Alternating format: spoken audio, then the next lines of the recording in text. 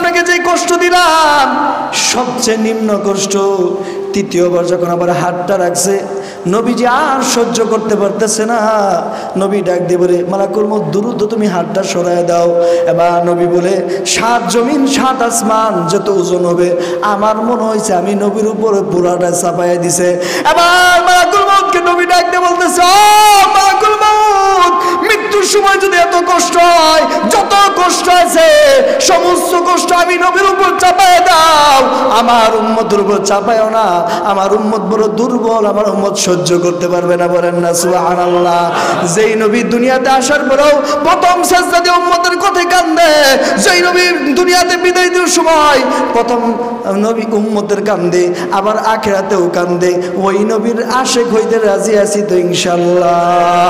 ওই নবীর সুন্নত দাড়িগুলো রাখতে রাজি আছি ইনশাআল্লাহ। এবার অনেক যুবক মনটা খারাপ হয়ে গেছে, হুজুর দাড়ির কথা কেন বললেন? ও আল্লাহর গোলাম, যত পোশাক আছে, এই যে একটা সুন্নতি পোশাক, এই যে একটা টুপি সুন্নতি পোশাক, মরার পর সবগুলো খুলে খুলে রাখবে, একটা সুন্নত সার্টিফিকেট হিসেবে যে বলেন না, হয়েছে দাড়ি। কথা বলেন ঠিক কিনা?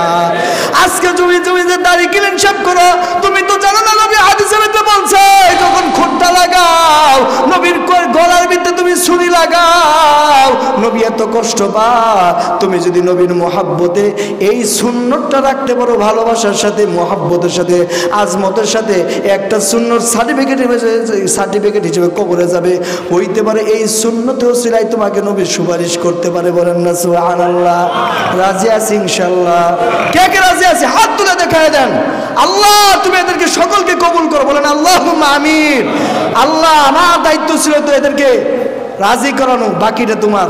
আল্লাহ তোমার কাছে ছেড়ে দিলাম, সবাইকে তুমি সুন্নতের উপর অনুকরণ করার তৌফিক দান করো। বলেন আল্লাহুম্মা আমিন। সূরাতুল আলে ইমরানের 185 নম্বর আয়াতে বলছেন, কুল্লু নাফসিন যায়িকাতুল মাউত। এই আয়াতটা মোটামুটি সকলেই জানি। অনেকে মনে করে বাংলার মতো হয়ে গেছে, মানে শুনতে শুনতে কানে কানে মুখস্থ হয়ে গেছে, ঠিক না? সবারই মোটামুটি যারা একটু ইসলামের লাইনে ঘাটাঘাটি করে নামাজ রোজা পড়ে, মোটামুটি সকলেই মুখস্থ যে কুল্লু নাফসিন যায়িকাতুল মাউত। তার মানে এটা জানে মানুষ মৃত্যুবরণ করতে হবে, মৃত্যুর স্বাদ গ্রহণ করতে হবে। এটা আমরা সকলেই মোটামুটি জানি। এই আয়াতের পরেই বলতেছে, ওয়া ইন্নামা তুওয়াফাউনা উজুরাকুম ইয়াউমাল কিয়ামাহ। এইটুক আর জানি না আমরা, ওইটুক জানছি, এইটুক জানি না। আয়াতের লাস্টের দিকে বলতেছে, ওয়া ইন্নামা তুওয়াফাউনা উজুরাকুম ইয়াউমাল কিয়ামাহ। যে ব্যক্তি মৃত্যুবরণ করলো, কিয়ামতের ময়দানে আল্লাহ তাআলা তার পরিপূর্ণ প্রতিদান, তার পরিপূর্ণ প্রাপ্য বুঝাই দিবে। সুবহানাল্লাহ। এক বিন্দু পরিমাণ কম করবে না। আপনার যতটুকু আল্লাহর কাছে প্রাপ্য, আমার মালিকের কাছে প্রাপ্য, ততটুকু আপনাকে বুঝাই দিবে। 1 ইঞ্চিও, 1 চুল পরিমাণও, 1 গ্রামও কম দিবে না। সুবহানাল্লাহ করবেন না। তার নাম হয়েছে আল্লাহ, যিনি ইনসাফকারী, যিনি কোনো জুলুম করে না। তার নাম কি? আল্লাহ। এটা হচ্ছে তরজমা। এরপরে বলতেছে, ফামান যুহজিয়া আনিন নার। আমার দিকে খেয়াল করেন, ফামান যুহজিহা আনিন নার। যাকে, যেই ব্যক্তিকে, যেই আল্লাহর গোলামকে, নার মানে আগুন, নার মানে কি? আগুন মানে মৃত্যুর পর আগুন মানে জাহান্নাম, এইটুকু তো বুঝি। যাকে আগুন থেকে, জাহান্নাম থেকে বাঁচায় দেওয়া হবে, ওয়াদখিলাল জান্নাহ, তাকে আল্লাহ জান্নাত পৌঁছায় দিবে।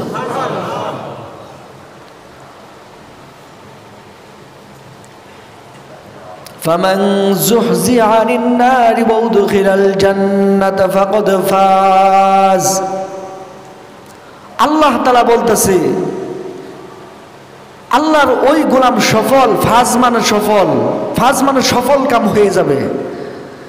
আল্লাহর ওই ব্যক্তি, ওই মাহবুব বান্দা সফল, যাকে জাহান্নাম থেকে বাঁচায় দেওয়া হলো, আগুন থেকে বাঁচায় দেওয়া হলো, জান্নাতে ঢুকানো হলো, ওই ব্যক্তি কি সফল। বলেন না সুবহানাল্লাহ। আমরা কি এটা চাই কি চাই না? তাহলে জান্নাতে আমাদেরকে যেতে হইলে ওই জাহান্নামের আগুন থেকে আমাদেরকে বাঁচতে হবে, ঠিক কিনা?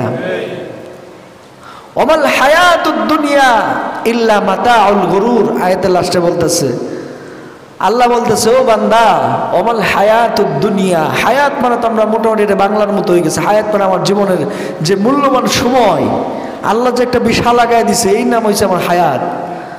অমাল হায়াতুদ দুনিয়া, দুনিয়া মানে দুনিয়া, এই দুনিয়ার জমিনটে, এই হায়াতের জিন্দগিটে মাতা অল গরুর, একটা রং তামাশা মোহ, এর ছাড়া কিছুই না।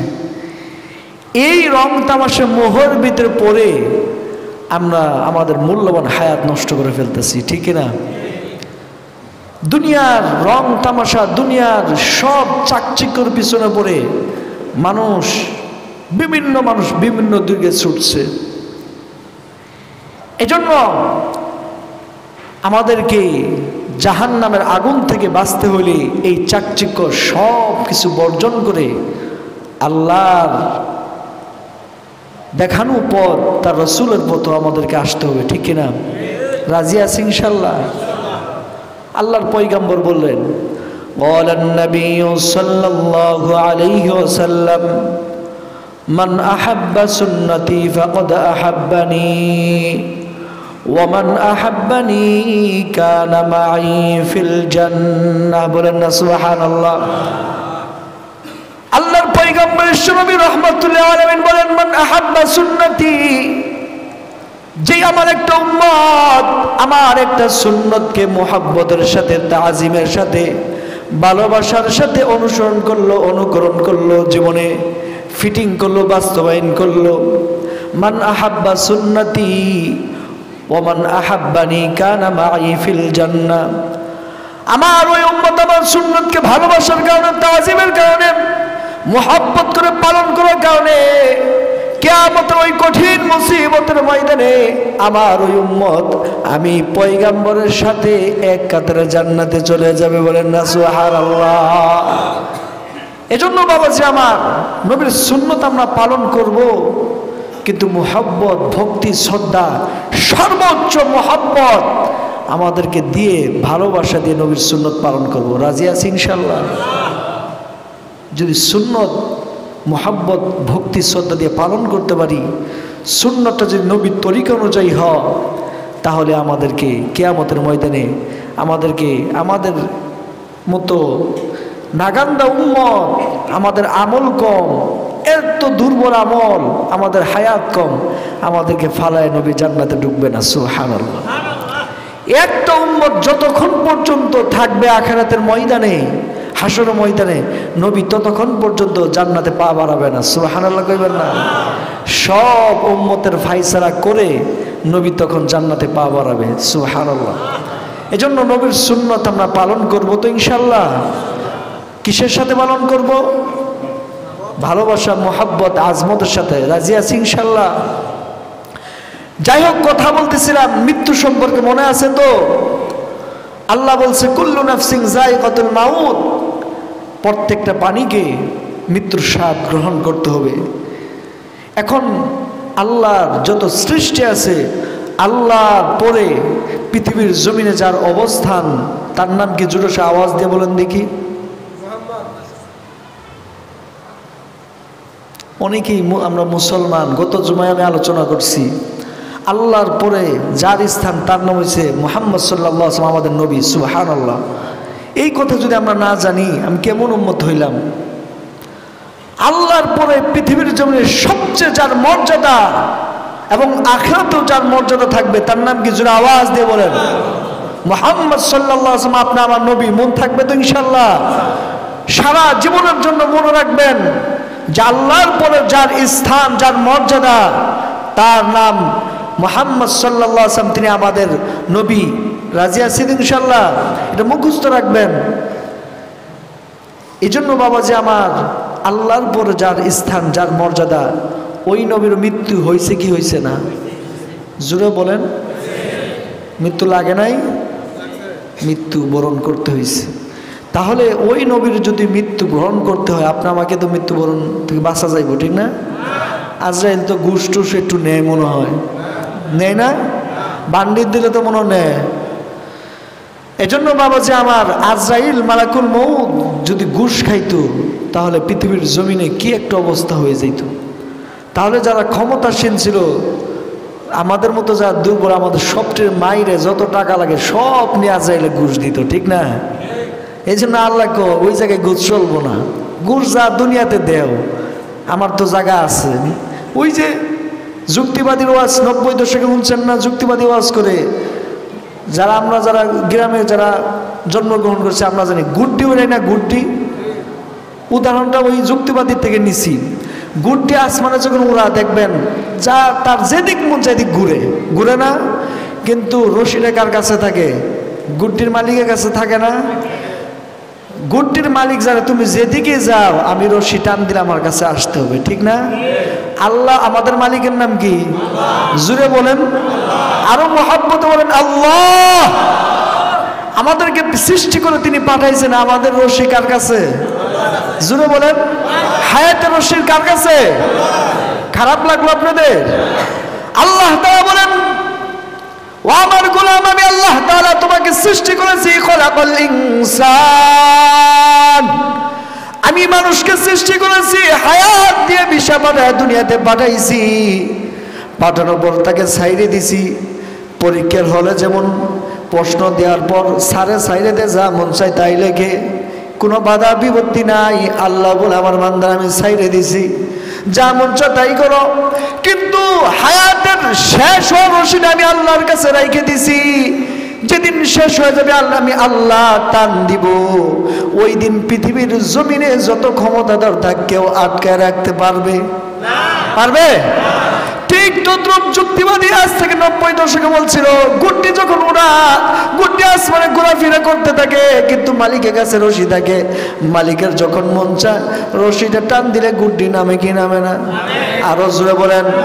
কিন্তু আপনারা যা গুড্ডি উড়াইছেন তারা জানেন, গুড্ডি যখন নামায়, নামানোর আগেও কিন্তু গুড্ডি এদিকে একটা গাই দেয়, এদিকে একটা গাই দেয়, দেয় কি দেয় না? এই জোরে বলেন, দেয় কি দেয় না?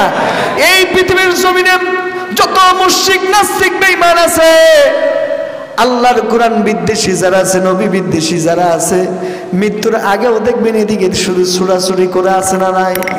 মৃত্যুর আগেও কোরআন বিরোধিতা করে, রসুল বিরোধিতা করে আছে না নাই?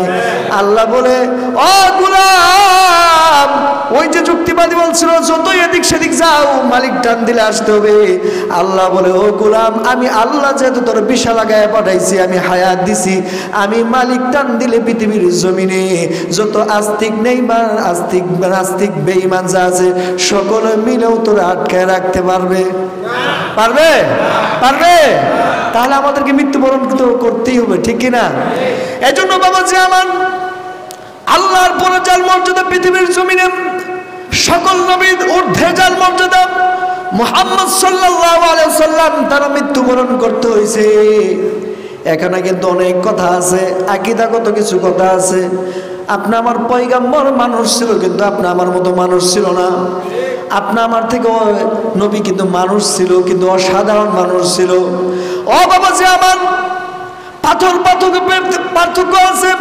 রেল লাইনে পাথর আপনি যদি নাকটা লাগান মুতের গন্ধ আসবে, আর বাইতুল্লাহর পাথরের কাছে গেলে হাজীদের সমস্ত গুনাহ টান দিয়ে নেয়। বলেন না সুবহানাল্লাহ।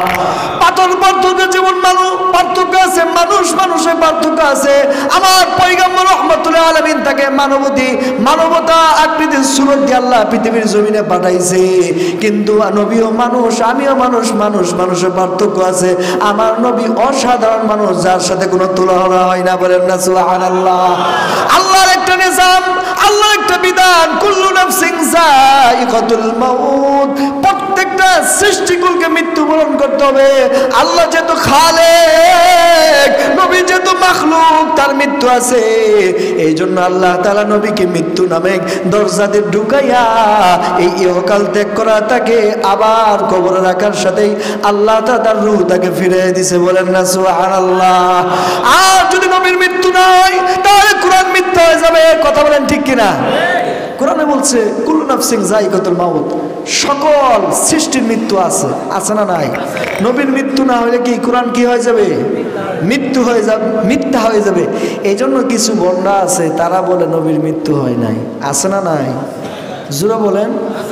ওই লাল শালু বন্ধে দেন নাই, লাল কাপড় মাথায় বান্ধে, নিচে বিন্দু উপরে বিন্দে, নামাজ নাই, রোজা নাই, নকদ ফকদ জান্নাত আছে না নাই? এরকম মনটা আছে না নাই? তাদের কাছে যাওয়া যাবে? তাদের কাছে যাবেন, ঈমান আমল সব ধ্বংস হয়ে যাবে, ঠিক কিনা? এ বাবাজি আমার, আপনারা যারা রেলে যারা যাতায়াত পথ করছেন, রেল কখনো যখন বিপদ সিঙ্গাল দেয়, কোনো ব্যক্তি যদি একটা লাল কাপড় যদি সামনে এরকম ধরে, রেলের যে চালক সে বুঝে সামনে বিপদ আছে, ঠিক না?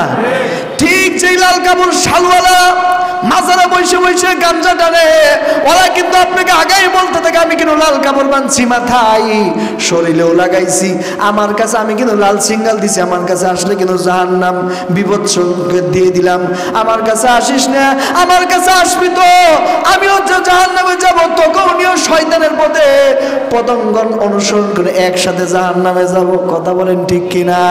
তারা কেননা তারা সরাসরি আল্লাহর সাথে শিরক করে, তারা যদি বলে নবী মৃত্যু নাই, আল্লাহর কোরআনকে অস্বীকার করলো, আর আল্লাহর কোরআনকে যা অস্বীকার করে তারা ডাইরেক্ট কাফের বিনা দলিলে। কথা বলেন ঠিক কিনা?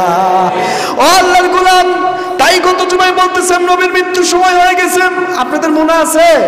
নবী কাঁদতেছেন, অস্থির হয়ে গেছেন, জিবরাইল পাশে আসছে, মালাকুল মাউত আসছে। নবী যখন মৃত্যুর সময় হয়ে গেছে, তখন নবীজি বারবার এরকম পানির ভিতরে হাতটা চুবায়া কপালে লাগা, পেটে ভিতরে লাগা, একটু শান্তির জন্য, একটু পবিত্রের জন্য। কিন্তু ওই সময় আমার পয়গম্বর রাহমাতুল আলামিন এবার মালাকুল মউতকে ডাক দিয়ে বলে, ও মালাকুল মউত আজরাইল, আমার যেই কষ্ট হইতেছে এটা কেমন কষ্ট তুমি দিলা, আমার মনে হইতেছে উহুদ পাহাড়টা মনে হয় আমার বুকের উপর তুমি চাপা দিয়েছো, এত কষ্ট, এত কষ্ট। আবার মালাকুল মউত জিবরাইল ডাক দিয়ে বলে, আসসালাতু আসসালামু আলাইকা ইয়া রাসূলুল্লাহ, আসসালাতু আসসালামু আলাইকা ইয়া হাবিবাল্লাহ। আপনারা আমি যে শুধু একটু হাতটা রাখছি, আপনার থেকে সহজ মৃত্যু পৃথিবীর জমিনে আরো, আমি এত সহজ মৃত্যু আরো কারো ঘটাই নেই। বলেন না সুবহানাল্লাহ।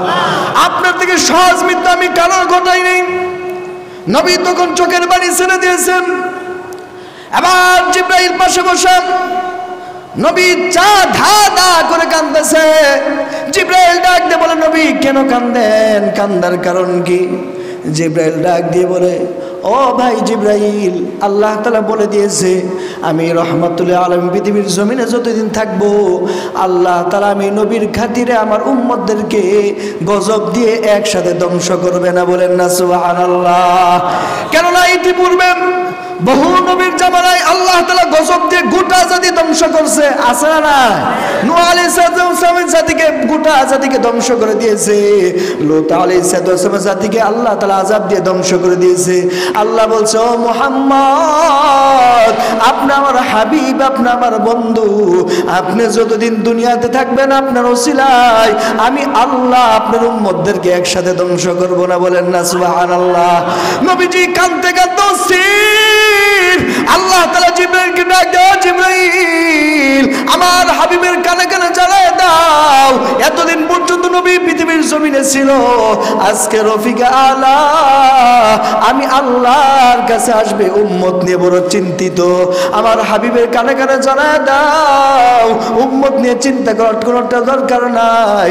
আল্লাহু আলা কুল্লি শাইইন ওয়াকিল। বলেন না সুবহানাল্লাহ। জিবরাইল নবীর কানে কানে জানায় দাও, এই নবী আজকে যদি চলে আসে রফিকা আলার দরবারে, নবী বিদায় নেওয়ার সাথে সাথে আমার পয়গম্বর, আমার বন্ধুর উম্মতের দায়িত্ব আমি আল্লাহ স্বয়ং গ্রহণ করলাম। বলেন না সুবহানাল্লাহ। আরো সুবহানাল্লাহ। আপনি কথা লুট কথা বুঝছেন, আল্লাহ নিজে জানায় দিচ্ছে, হাবিব আপনি দুনিয়া থেকে আসবেন, আপনার উম্মতের জন্য আপনি কাঁদতেছেন, ব্যস্ত, আপনি চলে গেলে কি হবে, উম্মত ধ্বংস হয়ে যাবে কিনা, আমি আল্লাহ স্বয়ং আপনার উম্মতের দায়িত্ব অভিভাবক হয়ে গেছে। সুবহানাল্লাহ। এর থেকে খুশির সংবাদ আরো হইতে পারে? আমাদের অভিভাবক কে? আরো জীবন কে? আল্লাহ। বলেন না সুবহানাল্লাহ। এই জন্য বাবাজি আমার, নবীর মৃত্যুর সময় গুলো আসছেন, এবার নবীজির একবার বুকের উপরে যে মালাকুল মউত আল্লাহ যখন জানাই দিছে নবীজি, ও নবীজি আপনি চলে গেলে আপনার উম্মতের দায়িত্ব আমি আল্লাহ নিব। নবীর আরো কোনো টেনশন আছে? জোরে বলেন আছে? আর কোনো টেনশন নাই, শুধু একজন কাঁদতেছে, একজনের জন্য চিন্তা করতেছে, ফাতেমা। কাঁদতে কাঁদতে অস্থির হয়ে গেছে। নবী তখন ফাতেমাকে ডাক দিয়ে বলল, ফাতেমা আমার একটু কাছে আসো মা।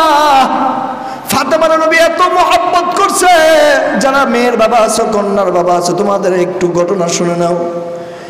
আল্লাহ তাআলা কোথাও, নবী কোথাও বলে নাই তোমার 100 সন্তান থাকলে 100 যদি ছেলে থাকে একটা জান্নাত পাইবা। আজ পর্যন্ত কোনো হুজুর বলছে? জোরে বলেন বলছে? কোথাও বলে নাই, আল্লাহ বলে নাই, নবীও বলে নাই। আর নবী বলছে কারো যদি একটা কন্যা সন্তান থাকে একটা জান্নাত। বলেন না সুবহানাল্লাহ? আরো জোবান সুবহানাল্লাহ।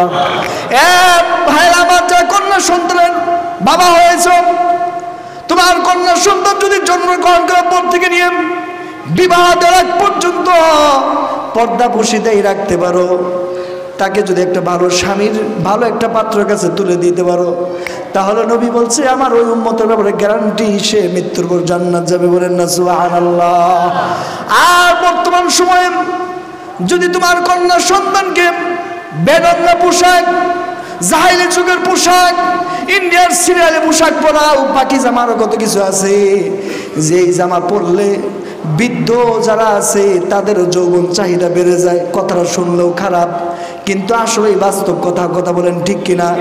এমন জামা পরে, এমন বেরঙ্গা জামা পরে যেই যুবকগুলো যদি তাকায়, তখন তাদের যৌন চাহিদা বেড়ে যায়। তখন তাদের উপর ওই পুরুষগুলো ঝাঁপায়ে পড়ে।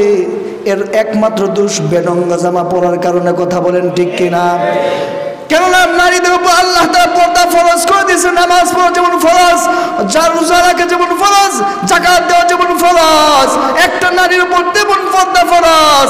আজকে আপনার আমার মা, আপনার আমার সন্তান যদি পর্দার ভিতরে থাকতো, যদি পর্দা করতে পারতো, কোনোদিন ইফটিজিংয়ের শিকার হইতো না। কথা বলেন ঠিক কিনা? বাবাজি আমার, যারা কন্যা সন্তানের বাবা আছো, তুমি যদি পর্দা বসিতে রাইখে ভালো একটা পাত্রের কাছে তুলে দিতে পারো, তাহলে তুমি একটা জান্নাতের মালিক। আর একটা কথা শোনো, নবী কিন্তু কন্যা সন্তানকে সবচেয়ে বেশি মোহাব্বত করছে, আদর করছে। নবী যখন কোথাও চলে যাইতেন, কোনো যুদ্ধের খাতিরে, কোনো দিনের খাতিরে, তখন নবী তখন সর্বলাশ যার কাছে বিদায় নিত, মা ফাতেমা, তার কলিজার টুকরার কাছে।